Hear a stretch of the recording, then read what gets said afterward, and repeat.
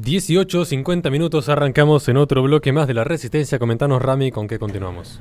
Arrancamos con una encuesta en Estados Unidos que se hizo el día 10 a 11 de diciembre, donde lo que se preguntaba se encuestaba a los estadounidenses acerca de qué pensaban acerca del manejo de la economía por parte de Biden.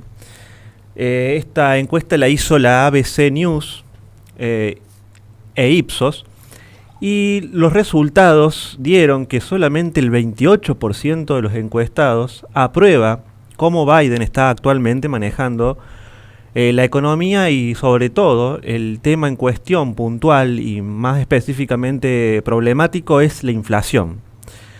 Mientras que, por otro lado, un 70% desaprueba este manejo de la gestión de Biden. Y bueno, se descubrió que el índice de aprobación se ha deslizado recientemente sobre cómo está manejando otros problemas clave. Es decir, otros problemas en Estados Unidos, aparte de la economía, también van de la mano con estos mismos porcentajes, como es la crisis, acerca de los discursos de su equipo en referencia a la situación de la pandemia. El índice de precios al consumidor, que es el que mide el cambio promedio a lo largo del tiempo en los precios que los consumidores urbanos pagan por bienes y servicios, ha subido en un 6,8% durante un año en noviembre. Esto es una interanual según la Oficina de Estadísticas Laborales, y no puedo dejar de compararlo con la noticia que dábamos la otra vez, que hablaba de la inflación en Alemania. O sea, dos países claves que están teniendo estos problemas en pocas veces visto, una inflación mucho más allá del 1%. Claramente estamos casi cerca del 7% en el caso de Estados Unidos. ¿Y por qué? Digo, un problema grave, ya que es el mayor aumento anual desde junio del año 1982. Desde noviembre de 2020 los precios de los alimentos aumentaron un 6,1%. Los precios de los servicios energéticos aumentaron 10,7%, algo de lo que ya hemos hablado en referencia a lo que es el costo de la energía eléctrica. Y por último, los precios de la gasolina, del combustible, aumentaron un 58,1%. Realmente eso es lo que, claro, luego trae progresivamente todo lo que tiene que ver con los aumentos en los precios por también el costo del transporte. También se ha dicho que la inflación ha sido impulsada en gran medida por factores relacionados a la crisis sanitaria, interrupciones en las cadenas de suministro, los problemas del mercado laboral. Hay muchísimo estancamiento en lo que es el transporte, las cadenas de suministro y el tema en las empresas por los idas y venidas con despidos de gente, suspensiones, por el tema de ciertos mandatos que muchos no quieren cumplir, obviamente. Además, lo que significa que la gente comenzó a gastar más este año a medida que la economía se fue reabriendo, algo que también lo hemos tocado. Esto fue también informado por la revista Forbes, y que significa que los precios parecen más altos en comparación con el año pasado. Parecen y son más altos. Porque tiene que ver todo esto con el tema de que al reabrirse la economía, la gente ya tenía su dinero, no lo pudo gastar, muchos no viajaron, entonces tuvieron ciertos ahorros que los terminaron gastando en bienes y servicios, y ahora todo está en cierto colapso, y lo que permite también a las empresas dar una posibilidad de aumentarlo en esto que es oferta y demanda. Sumado a los subsidios económicos que se dieron durante el proceso que no podemos nombrar, que sucedió la crisis del año pasado, además de la gran emisión hecha justamente para una suerte de incentivar, estimular la economía estadounidense, que evidentemente no hubo una contraparte de aumento en la producción con ese aumento de la emisión. Por lo tanto, hay menor cantidad de bienes en la economía, mayor cantidad de dólares. Es algo que ya todos sabíamos que iba a pasar. Claro, exactamente, es como una especie de bomba con distintos dispositivos, distintas pequeñas bombas que forman una bastante compleja, porque incluso Biden ya confirmó y le dijo la semana pasada a CNN que la inflación es un problema real y que cree que es el pico de la crisis. Ahora él es el que habla de esto y dice que ya está llegando a la punta, al punto máximo de la crisis y que luego va a ir en descenso. Cree que la inflación va a disminuir con la aprobación de lo que es el plan Build Back Better, que enfrenta algunos obstáculos que tenía en el Senado, pero se va a terminar aprobando.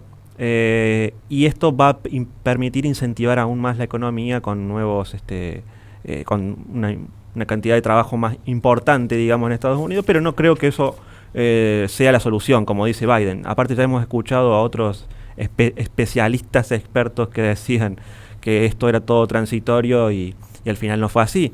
Incluso la noticia digamos que en estos últimos 2 años hay muchos especialistas que dicen cosas que no son así, en todos los ámbitos, digamos. Exactamente, muchos, más que nada casi opinólogos con poca acertación en respecto a algunos puntos. Y algunos opinólogos con título. Y algunos incluso. Sí, por eso, tal cual, ni hablar, con títulos de grandes universidades algunos.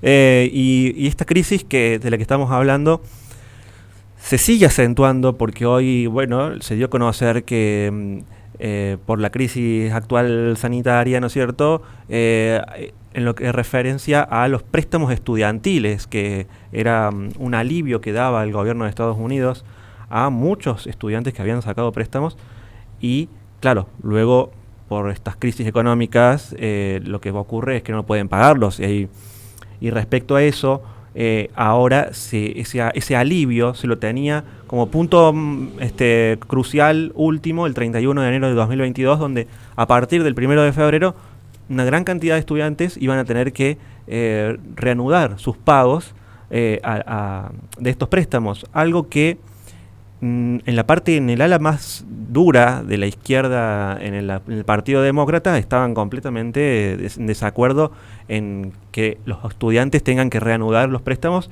sobre todo basándose en algunas encuestas y decía una encuesta reciente del Student Debt Crisis Center, una organización que es sin fines de lucro, enfocada en la deuda de préstamos estudiantiles, encontró algunas estadísticas que son alarmantes sobre los préstamos estudiantiles y pago de préstamos. Según la encuesta, el 89% de los prestatarios de préstamos estudiantiles con empleo completo dicen que no están lo suficientemente seguros financieramente como para reiniciar estos pagos de préstamos el 1 de febrero, que era la fecha en que se tendrían que haber reanudado. Esto cambió, esto tuvo apenas una semana de diferencia entre un cambio de fecha a lo que ahora es el 1 de mayo de 2022 por parte de la administración de Biden. Y el 21% dice que nunca estarán lo suficientemente seguros financieramente como para hacer un pago del préstamo estudiantil de nuevo. Eso en realidad ya tenía problemas desde antes, incluso de todo este problema del año pasado. Sí, porque hay un montón de problemas con respecto a los préstamos estudiantiles en Estados Unidos, de un montón de gente que estudia carreras no lucrativas y termina endeudándose muchísimo para hacer estudios tras estudios tras estudios en un montón de universidades que después, no tienen ningún tipo de salida laboral. Dígase, por ejemplo, gente que estudia estudio de género, gente que estudia filosofía, gente que estudia un montón de carreras que no tienen el rédito económico. Claro, no generan el rédito económico suficiente en la mayoría de las personas como para, acá ahora se me está mirando con cara rara, como para sostener posteriormente un préstamo de lo que implica estudiar esas carreras en Estados Unidos. Así es, y desde que Biden es presidente, 12.500 millones de dólares es la deuda que ha cancelado por parte de Biden en la administración a los estudiantes. Y este número está enfocado en una cifra de 640.000 prestatarios de estos préstamos estudiantiles. Y ahora lo que se da a conocer es una cantidad muy importante. Y teniendo en cuenta, dice, estas consideraciones, hoy mi gobierno extiende la pausa en el pago de los préstamos estudiantiles federales por 90 días adicionales. Esto es hasta el 1 de mayo de 2022, mientras se maneja la cuestión de la crisis sanitaria. No quiero leer el textual de lo que dice. Y fortalecemos aún más nuestra recuperación económica porque dice que la crisis con la nueva variante está provocando estragos y tiene que darle este alivio nuevamente, extender este plazo en otro punto de la crisis económica que no hemos tocado y lo tocamos hoy. Sí, realmente es terrible y también, a ver, a ver, hay un montón de cuestiones que no podemos nombrar con respecto a lo de la crisis, ¿no? Pero yo creo que Pero hay de ciertas hecho, cuestiones... ¿Cómo?